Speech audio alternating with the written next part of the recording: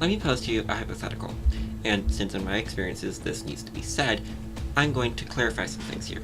We are not going to transport ourselves to a magical world where I say goes. Everything I say goes. This is a hypothetical. Treat it as such. Picture your ideal partner. If you're into dudes, picture hot man. If you're into girls, picture a beautiful woman. If you're bi, pan, or ace arrow, you're excused. This doesn't apply to you. Okay, got your ideal fuckmate in mind? Okay, make another. Control-C, Control-V. Clone them. You now have two identical people you are attracted to. They are the same in every way because, again, they aren't real. It's a hypothetical world where impossible things happen if I say they do. Now, go into the settings of the second one and make them trans.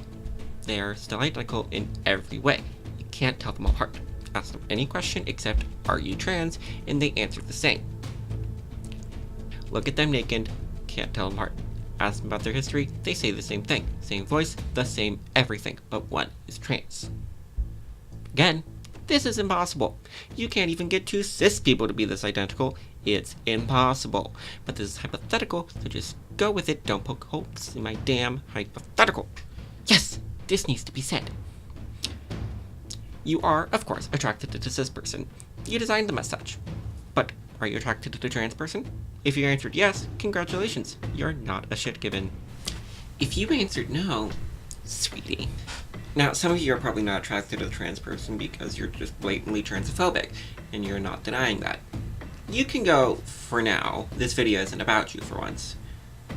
Take the back door. The pansexuals are still in the green room and they're stabby. The rest of you are trans allies and don't hate trans people at all. Some of your best friends are trans. You can't possibly be transphobe. You just don't want to date or fuck a trans person. Reminder, you totally wanted to date the hypothetical person from earlier before you made them trans. So the reason you don't want to date a trans person is because they're trans. How is that not transphobic? Jesus Christ, why do I even need to make this video? Argument 1. It's just a preference.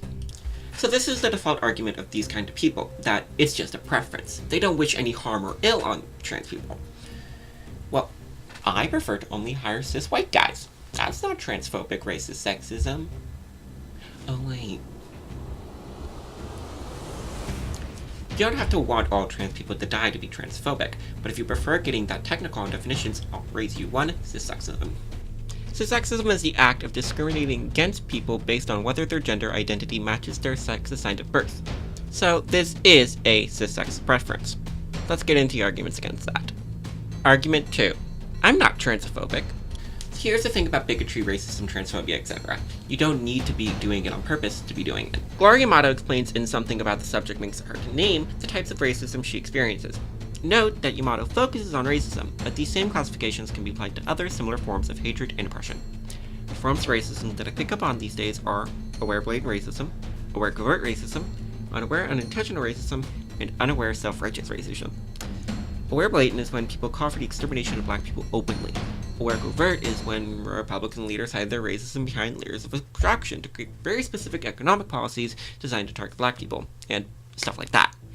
Unaware unintentional is where we are, when you say something racist without knowing it. And of course, this can be applied to cissexism, so yeah, you can be cissexist without knowing it. Argument 3. There are differences between trans and cis people. Yeah, there are. But you're not a doctor or biography writer, so why do you care? The fact of the matter is that there are differences between cis and trans people, but there are also differences between one cis person and a different cis person. And in most social cases, which a relationship is, trans people are, in essence, the same as cis people. Their social identity matches up with the social identity of a similar cis person of the same gender. It's when medicine and history come into play that things diverge. If you're straight and wish to have a child, then biology comes into play in determining whether you and your partner are able to conceive. But then again, this comes into play every time people try to get pregnant.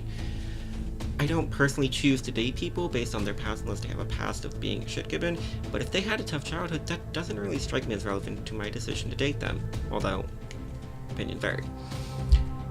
I've seen arguments that some gay men want to be with a male brain. Like, no, really, I was on the gay subreddit arguing with people under a post where a guy unmatched OP after learning he was trans on Tinder. Someone told me that men and women have different brains and he'd prefer someone with a male brain because their experiences of the world will closer align. Now, there's a couple things wrong with these arguments. First of all, there's no such thing as male and female brains. That's not how things work. Studies have shown that men tend to have certain structures larger than women and vice versa, higher white matter density, etc. But these are correlations, not hard and fast definitions. There isn't enough of a distinction to be able to classify a brain as male or female based on observing the brain alone. There have also been some studies suggesting that binary trans people have a brain that more closely correlates with a person of their gender identity. For instance, a trans man is more likely to have a brain closer to a cis man than a brain closer to a cis woman. But again, there isn't enough of a distinction to distinguish a brain as male or female just by looking at it. And also, fuck non-binary people? Also, what does experienced the world even mean? Like, men having bigger hypothalamus doesn't mean they can sense Wi-Fi or see different colors. What are you on about? Argument 4. They don't have the parts I want. This is kind of an extension of the last argument, but in a different direction. Some people like to bring up bodily differences between trans people and cis people. Not even just genitals either, just like skeletal structure and face shape.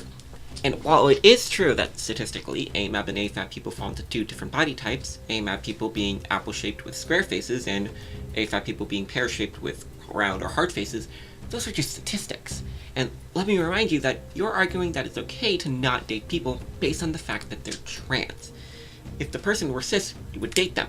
In most cases I've seen, people are attracted to the trans person until learning they're trans. So obviously you're into their skeletal structure and face shape, and likely their personality. What about the penis? Oh yeah.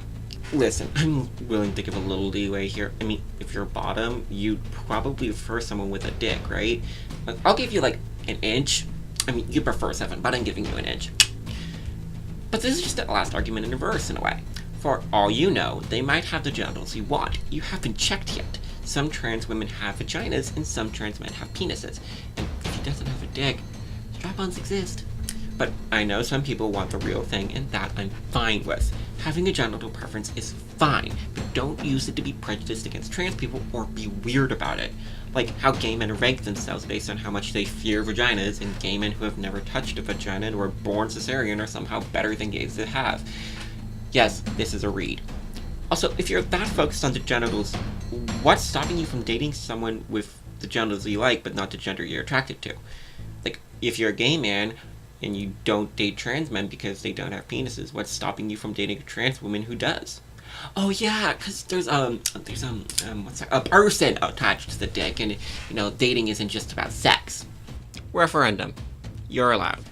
I'd like to clarify something here that always comes up when I make this argument with people. You're allowed to not date trans people. What I mean by this is the act of not being in a relationship with a trans person or dating cis people isn't transphobic. Turning down the romantic or sexual advances of a trans person isn't transphobic. Not being attracted to a trans person isn't transphobic, but this is all case by case. Refusing to date someone because they're trans is cis-sexist. Refusing to date any trans person as a rule is cis-sexist. I'm not saying you have to date trans people to not be cis-sexist. I'm saying you need to not heel-face turn upon learning your crush is trans. Thanks for watching my video. I'll be covering A-Spec people next, so grab your popcorn, the solution is coming. This video is brought to you by the House of Dipper, your one-stop shop for rebel queer steampunk fashion. Also in the description is a link to sign up for Skillshare. Skillshare is an online learning community where you can learn shitloads of stuff. Use my link to get 2 months free, and I get 1 month free for everyone who signs up. They didn't pay me to say this, they just give this link to everyone when they sign up. Also down there are my Twitter, Instagram, and works at MLA. There aren't that many in this video because I'm just refuting arguments that I've seen out in the wild, and there isn't really a way to cite arguments you've seen out in the wild in MLA. Or Chicago. Anyway, make sure to like, favorite, subscribe, and ring the bell even though it doesn't work. Comment your thoughts down below, unless of course you're clogging my lug, in which case GTFO.